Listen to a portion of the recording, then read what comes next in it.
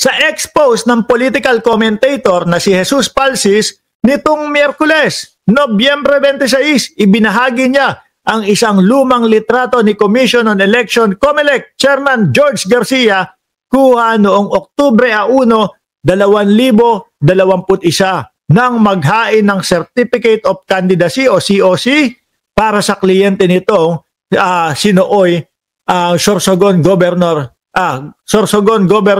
Chis Escudero 2021. Ano po? Oktubre. Para yan sa pagka-senador ng 2022. Asan ba yan? Ayun. So, abogado, tama ba ako? Abogado ni Chis Escudero, ito pong si George Garcia. Naku, mga kababayan, ako syempre ang papasok sa isip ko niyan, mga boss. Tapos pinatawag ng COMELEC si Chis Escudero para ipaliwanag yung donasyon tungkol doon sa construction company o doon sa pagmamay-ari ni Lawrence Lubiano. Ano pa iisipin natin yan?